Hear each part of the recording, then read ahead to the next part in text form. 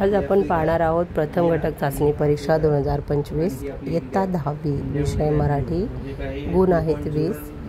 तर व्हिडिओ आवडल्यास व्हिडिओला सबस्क्राइब करा, शेअर करा आणि प्लेलिस्टमध्ये जाऊन नमस्कार। आज आपण पाहणार आहोत प्रथम घटक चाचणी 2025 विषय मराठी 20 गुणांचा हा पेपर आहे। इयत्ता 10वीचा पहिला 1 तासाचा वेळ आहे। यामध्ये विभाग विचारलेला आहे तुम्हाला। यामध्ये पहिल्यांदा तुम्हाला पॅराग्राफ एक उत्तर दिलेलं असतो आणि उत्तराचं वाचन करून याचं तुम्हाला प्रश्नांची उत्तरे द्यायची असतात। सोमत सुद्धा असतं 2 गुणांसाठी। असा म्हणून हा प्रश्न आहे 6 गुणांसाठी।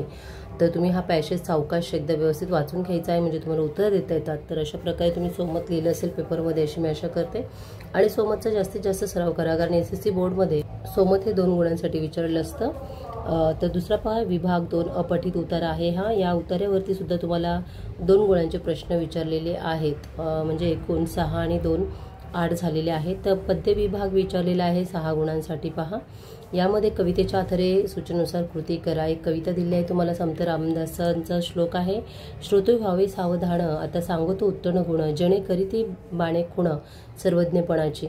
तर अशा प्रकारे वाट पुसल्या विना जाऊ नये, फळ ओळखल्या विना खाऊ नये, पडली वस्तू घेऊ नये एकाएकी, जणी आर्जव तोडू नये, पापद्रव्य जोडू नये, पुण्यमार्ग सोडू नये कदाकाळी, तोंडाळाशी भांडू नये, वाचाळाशी तंडू नये, सतसंग खंडू नये अंतर्यामी।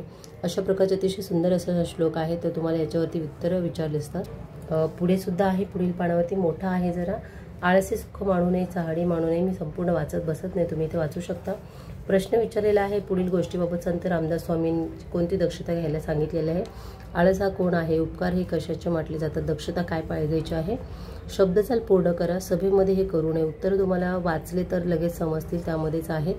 पुढील तोंडाशी कसे वागावे असे रामदास स्वामी सांगतात। तर इथे भांडू नये, संतांशी सन्मार्गाने वागावे, अशा प्रकारे। नेक्स्ट विभाग आहे तुमचा, पुढील ओळींचे रसग्रहण करा।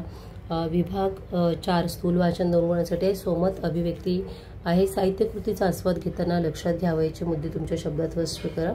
स्पष्ट कर तुमच्या शब्दात, म्हणजे तुम्हाला स्वतःला जेव्हा योग्य वाटेल ते, परंतु तुम्ही छानच लिहिणार आहात, सर्व पॉझिटिव्ह लिहिणार आहात। आपण वर्षभर खूप सराव करत असतो, कारण एसएससी बोर्ड म्हटलं की खूप साऱ्या गोष्टी असतात आणि त्याचा सराव आहे। Thank you for watching, subscribe and share this video to all the students.